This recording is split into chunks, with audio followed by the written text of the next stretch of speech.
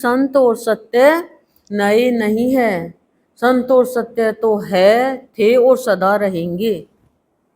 बस जानना और मानना हमारी भावना के ऊपर निर्भर है, स्वयं की भावना के ऊपर। दूसरा कोई अपनी भावना से ये कहे तो भी नहीं मानेंगे, स्वयं की भावना के ऊपर निर्भर है, यानी मान्यता पर है।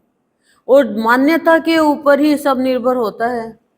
बताओ आप, मान्यता यदि है कि संत और सत्य सदा है और रहेंगे, तो फिर सबसे पहले वो प्राणी संत को, महापुरुषों को प्रणाम करना, नमस्कार करना सीख जाता है।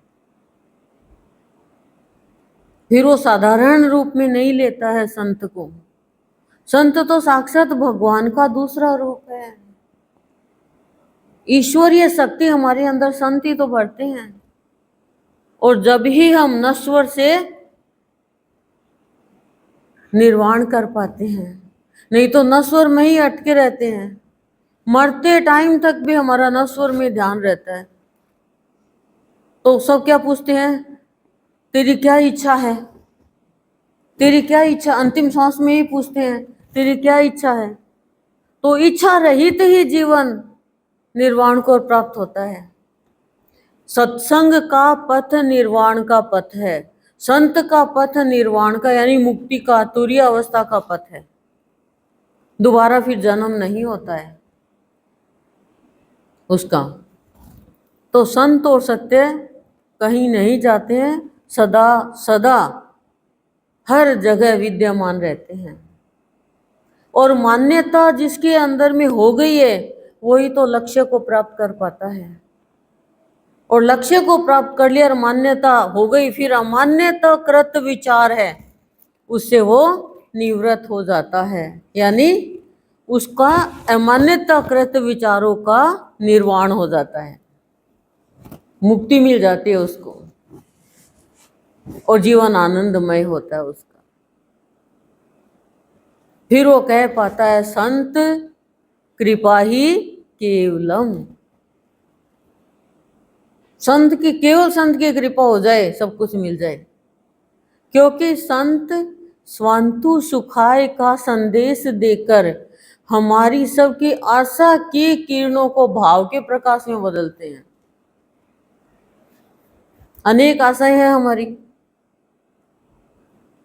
भगवान से भी आशा है, लेकिन आशा पूरी कैसे होगी जब हम भगवान के चरणों के लायक बन पाएंगे। और जिसने अपने रोम रोम को संत के भावों के प्रकाश से प्रकाशित कर लिया, उसके लिए एक ही भाव बनता है, दूजा ना कोई, दूजा ना कोई, सब कुछ तू ही, दूजा ना कोई, तू ही सर्वे सर्वा है। फिर वो संत के भक्ति में रत रहकर अपनी मन और भावना अर्पित कर देता है तुरंत संत के चरणों में, कि मेरे पास तो यही मुझे परेशान कर रहे हैं। और जैसे ही मन भावना अर्पित करता है वैसे ही उसका जीवन तरोताजा। क्यों? मन और भावना ही हमें उदास करते हैं, दुखी करते हैं, चिंता में डाल देते हैं। दुर्भावना आ गई, किसी के प्रति बुरी भावना हो गई, और मन तो बस पूछो ही मत क्या क्या खेल खिलाता है। एकदम तरोताजा उसका जीवन हो जाता है और फिर वो भावों के जल से सदा हरा भरा रहता है, सदा हरा भरा। क्योंकि अब प्रकृति में जल बरस रहा है तो प्रकृति कितनी हरी भरी है, तो हमारा जीवन भी हरा भरा रहना चाहिए। और फिर जो मन में भ्रम था, वो भ्रमित जो मन होता है वो भाव में भ्रमण करने लगता है फिर, और भाव ही तो खुशी है। फिर वो भाव में भ्रमण करने लग जाता है और देख पाता है कि मेरा संत मेरा मीत बन के नहीं, सबका मीत बन के सबको पुलकित भाव दे रहा है। और समझ पाता है कि उत्साह से किया गया कार्य ही उत्सव का रूप बन जाता है। आप उत्साह से घर में कोई काम करो, ऐसे लगता है जीवन में उत्सव आ गया क्या, और मरे मरे करोगे, अरे बाबा रे, अरे बाबा रे, करना पड़ेगा रे, करना पड़ेगा रे, क्या करें, तो फिर वो करना भी पड़ेगा। और रोते रोते करेंगे तो कोई उत्सव का रूप नहीं बनेगा, वो जबरदस्ती मजबूरी में कर लिया, करना तो है ही। ये समझ भी संति देते हैं। पुलकित भाव देने के बाद में क्या होता है, जीवन आनंद में मगन रहने लग जाता है। लेकिन ये भाव प्राप्त कौन करेगा, कैसे मिलेगा ये भाव? हमें अनुभव करना सीखना होगा, अनुभव करना आना चाहिए कि हम इस स्थान पर बैठे हैं तो हमारे अंदर क्या क्या परिवर्तन हो रहा है, क्या क्या हमारा अच्छा हो रहा है, क्या क्या हमारे घर में हो रहा है, वो अनुभव करना आना चाहिए। लेकिन अनुभव भी नहीं कर सकते। अनुभव भी वही प्राणी करेगा जिसने संत की अमृतवाणी को धारण करना सीख लिया। अमृतवाणी को धारण करने, अब देखो अमृतवाणी रोज यहाँ पे हम धारण करवाते हैं, लेकिन कोई कारणवश नहीं आ सके तो घर में वही जो 2 अमृतवाणी यहाँ निकलती है, वही 2 अमृतवाणी धारण करे घर पे, और चर्चा करे किसी से कि आज सत्संग में अमृतवाणी खोली तो मेरे को वो भाव तो भेजना। आज सत्संग में जो अमृतवाणी थी उसकी एक बार मेरे साथ चर्चा तो करना। बच्चा होमवर्क के लिए कैसे कैसे दूसरे बच्चों के पास दूर दूर चले जाते हैं, साइकिल लेके, स्कूटी लेके या किसी के साथ, और होमवर्क उतार के ले आते हैं। तो ये भी तो हमारा वर्क है, जीवन का वर्क है ये। एक कपड़े पे भी वर्क होता है, एक वर्कर होते हैं कंपनी फैक्ट्री में भी, तो हम भी सब वर्कर ही तो हैं, सब वर्कर हैं। बताओ आप, एक स्कूल का वर्क, एक होमवर्क, एक सत्संग का वर्क। तो वर्क ऐसा होना चाहिए कि कोई फर्क नहीं रहे, कोई भी फर्क नहीं रहे भगवान के कार्य में, हमारे कार्य में, ऐसा वर्क होना चाहिए। धारण करेगा तो ही अनुभव कर पाएगा। फिर सफलतम जीवन जीने में ये विचार बाधक नहीं बनेंगे। हमारे खुद के विचार बाधक है, हमारा जीवन सफल हो रहा है, सफल करने में विचार बाधक नहीं बनेंगे। और हमारे विचार सात्विक है, इसको सिद्ध करने की भी हमें आवश्यकता नहीं रहेगी। क्यों? क्योंकि हमारे खुद के विचार ही हमें शांति देते रहेंगे और हमारी भावना फिर भावना प्रेममयी और भावमयी बन जाएगी। और जैसे भावना प्रेममयी भावमयी बनी, फिर किसी में भी अवगुण नहीं देखेंगे। भावना के कारण ही अवगुण देखते हैं। अरे भावना में तो भाव छिपा हुआ है, खोजना है हमें। भाव सागर पार करना है तो भावना में भाव को खोजो। बाहर थोड़ी, भावना से प्राणी महान बनता है और भावना से प्राणी तुच्छ बनता है। किसी में भी अवगुण नहीं देखेंगे फिर, और क्या कहेंगे, सब संत की कृपा पर निर्भर है, जो होता है संत करवाते हैं। तो अवगुण कहाँ देखा, करता उसको मान लिया। और भाव का व्यापार करके भाव को बांटना सीखना होगा। भक्त भाव का व्यापार करके भाव बांटते हैं। हम आज तो भाव बांट रहे हैं, स्टेज पे बैठ के तो नीचे आके भाव बांट रहे हैं, घर पे जाके लड़ाई बांट रहे हैं, बुराई बांट रहे हैं, कोई दोस्त से बात करके पता नहीं क्या बांट रहे हैं। नहीं, भाव बांटना है वाणी से। कोई कुछ कहे, अरे छोड़ ना, अपने को क्या करना है, उसने बोल दिया तो अपने कौन से फोड़े फुंसी हो गए। गाली से कोई फोड़े फुंसी होते हैं क्या? अगली ने बोल दिया, अगली की जबान खराब हुई, अपना क्या है? उसने खराब बोला तो उसके वाणी खराब होगी। भाई कोई नीम खाएगा तो खारा होगा मुंह, और चीनी खाएगा तो मीठा होगा, वही वाणी का मतलब है।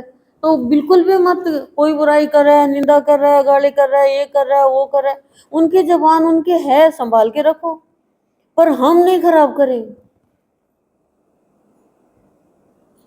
तभी सफलतम जीवन होगा हमारा। तभी जीवन उन्नति की ओर जाएगा। तो भाव का व्यापार करना है हमें। जैसे हीरे का व्यापार होता है, कपड़े का व्यापार होता है, और राशन का जितना भी सामान उसका व्यापार होता है, ये सब व्यापार ही तो है। अलग अलग व्यापार होते हैं, ऐसे ही भाव का व्यापार होता है। कोई भी आपसे बात करे तो वो शांति लेके जाए, शांति का भाव देना है, और तभी भक्ति की महिमा बढ़ा पाएंगे और गुणगान कर पाएंगे। भक्ति की महिमा का गुणगान करना आना चाहिए। भाव का व्यापार करोगे तभी तो आएगा ना,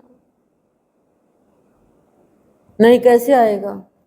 दूसरा कोई हमें क्रोध नहीं दिलाए, वो ही निर्वाण का सही अर्थ है। निर्वाण का सही अर्थ है किसी भी कारण से हमारे क्रोध नहीं आए। घर में पति पत्नी की भी लड़ाई होती है, क्रोध के कारण होती है। एक शांत हो जाओ, कितनी देर लड़ेगा अगला।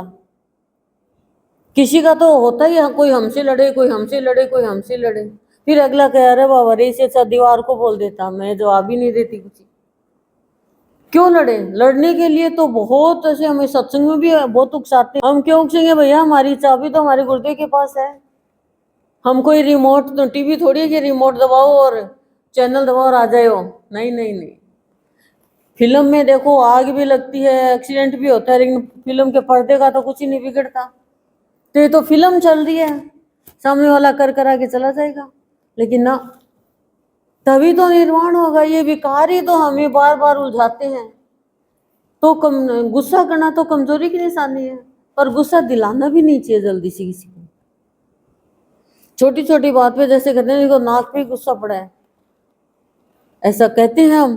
नहीं नहीं, शांत रहना है। आज निर्वाण दिवस पे तो हमें कंप्लीटली एकदम क्रोध को भगाना है, बाबा के निर्वाण दिवस से लेकर आज निर्वाण दिवस तक।